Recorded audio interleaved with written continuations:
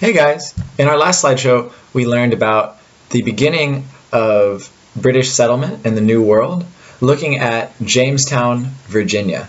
What we're going to look at today is the growth of colonial Virginia out from Jamestown, and also the growth of slavery that accompanies Virginia's expansion. So the Virginian economy, if you remember from the last slideshow, was based on tobacco. The people in Virginia would grow as much tobacco as they could, and then they would sell it to Europe for a profit and use that profit to buy everything else they needed. This kind of economy is called a plantation economy. In a plantation economy, large quantities of a cash crop are grown to be sold for a profit. What this means is that the more that you can grow of this particular crop, the more money you get. This leads to a growing need for both land and workers. And now in America, there was a lot of land because the colonists were continually stealing land from the Native Americans. But there were not very many people to work on the farms because there weren't that many colonists. What this meant is they had to bring over more people from Europe. This leads to the rise of something called indentured servitude. People bring over indentured servants to work on the plantations. So here's how indentured servitude worked. The plantation owner, the guy who owns the land and needs workers, would pay for a poor person from England to come over to America. He would buy his ticket, more or less, to come across. The poor person would work as an indentured servant for a certain number of years. I think it was like 7 years normally, maybe less than that. But so for a number of years, they would work as this person's unpaid servant.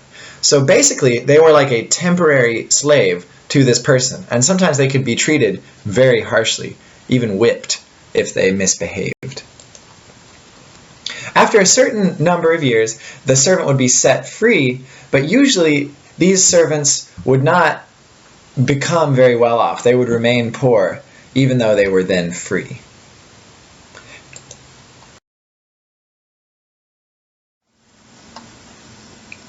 The system of indentured servitude in Virginia leads to growing inequality over time. The plantation owners who hire the servants make a ton of money and become very wealthy, but the servants who are set free don't have anywhere to go. This means they have to head into the wilderness for the most part and try to start a life there, clearing the forest, farming on their own out there. A lot of the times this doesn't end well, and it also angers the Native Americans, who see the freed servants who are moving westward as invaders who are taking their community's land. Ultimately, this leads to a thing called Bacon's Rebellion. The servants basically get tired of their miserable existence out on the westward frontier and are tired of being attacked by Native Americans and not receiving any help from the wealthy plantation owners. So a guy named Nathaniel Bacon leads a group of these men in a rebellion against the wealthy plantation owners and actually burns down Jamestown, which is a pretty interesting result. So in response to this, the plantation owners shift away from the system of indentured servitude because it's leading to this large group of unhappy, free, poor people. And so instead, what they do is they look for a new source of labor, and they eventually turn towards the importation of enslaved Africans. So the Atlantic slave trade is how America became populated by African slaves.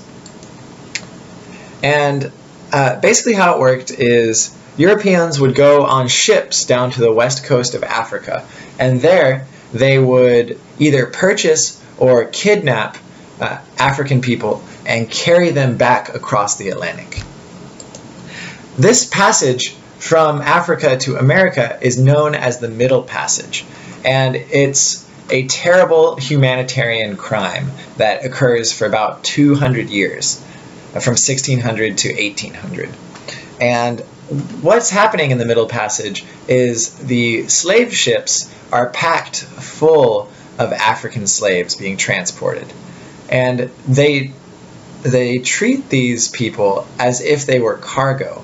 There's no respect for human life, and the people on the ships are viewed more as products to be sold than as actual human beings. And these ships are so crowded and so unhealthy that almost 20% of the population on any given boat ends up dying and being thrown overboard. And so this is something terrible that happens for a long time that basically everybody ignores.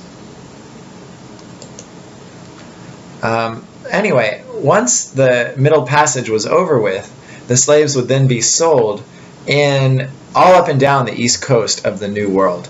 The majority of the slaves were sold either in South America or in the Caribbean islands to work on plantations there, mostly sugar plantations. But about 6% of all Africans that made it to the New World were sold to the British colonies in North America.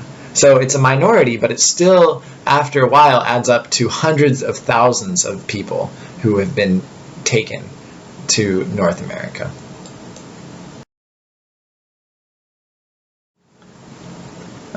And so in Virginia, what we see is at about 1680, that is 10 years after Bacon's Rebellion, we begin to see a very rapid growth in the slave population in Virginia. Another thing that we see is the occurrence of this thing called a slave code. And this happens in Virginia first, and other southern colonies also adopt similar codes. And what a slave code does is it creates a legal separation between African slaves and other kinds of servants and workers. And it does a couple things that are very important that determine how slavery works in the United States. First, it says that the master legally owns the slave as property, and also that the master will own all of the children as property as well. And finally, it made it very, very hard for an enslaved African to ever become free. All sorts of barriers were set that made it almost impossible. And so that's how slavery kind of started in Virginia. And the reasons, again, to summarize, are the plantation owners continued to need more workers, but they didn't want to hire indentured servants because of the rebellion. Another reason is that slavery resulted in long-term profits for plantation owners. Once you had a stable group, or a large group of slaves, you could keep them and their children, and you would have free labor forever. And also, African American slaves were much less likely to rebel than indentured servants because they were never given their freedom, and thus they could never assemble and rise up in the same way that the freed indentured servants could.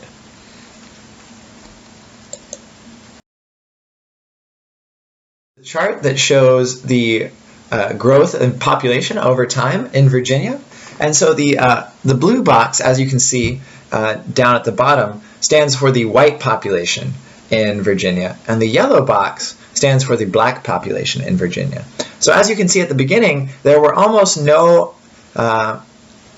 Africans in Virginia. But as time goes on, the proportion of Africans to Europeans increases until by the 1760s it's almost even. And this is because of the rise in the occurrence of slavery over time in Virginia. As time goes on, slavery becomes more and more important to the wealthy classes in the Virginian colony.